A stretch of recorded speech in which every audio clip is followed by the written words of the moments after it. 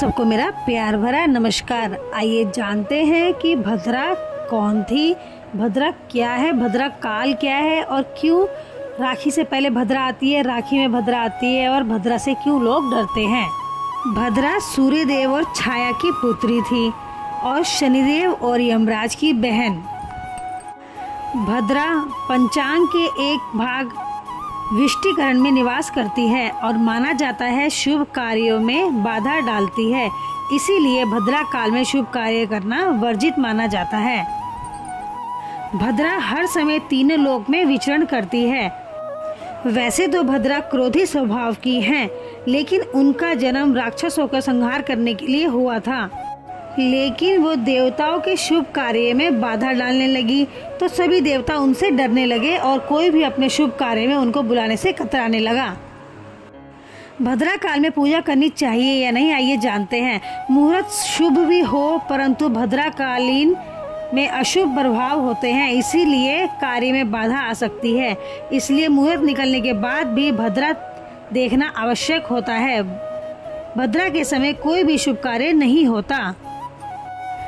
भद्रा काल में राखी बांधनी चाहिए या नहीं, आइए जानते हैं। आपने तो देखा ही होगा, हर राखी में भद्रा लगती है। हर राखी में सभी बहनें डरती हैं कि भद्रा लग रही है, तो उसी हिसाब से आप राखी बांधती हैं, समय देखती हैं, भद्रा काल देखती हैं।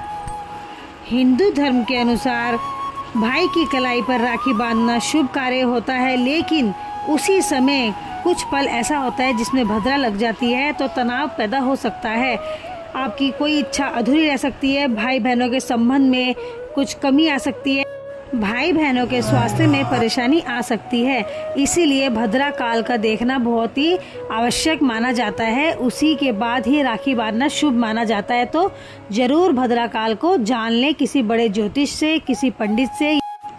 भद्रा के जन्म से ही ना तो उनके माता पिता ना ही भाई बंधु प्रसन्न रहे हैं। वो ना चाहते हुए भी बुरे प्रभाव छोड़ देती थी, इसीलिए अभी तक भद्रा योग चलता है। राखी में भद्रा को देखना बहुत जरूरी है, भद्रा काल को देखना बहुत जरूरी है, क्योंकि उससे संबंधों में दरार आ सकती है। इसीलिए भद्रा काल से लोग डरते हैं, लेकिन थोड़ी ही सावधानी से हम लोग इस काल से बच सकते हैं, तो भद्रा काल को भी हम लोग शुभ बना सकते हैं। आइए जानते हैं कि ये कितने समय तक रहती हैं। भद्रा काल 7 घंटे से 13 घंटे 20 मिनट तक रहता है। नक्षत्र और तिथि के अनुसार इनका समय निर्धारित होता है। भद्रा का वास स्वर्ग, पाताल और पृथ्वी तीनों लोकों में चंद्रमा की स्थिति के अनुसार होता है।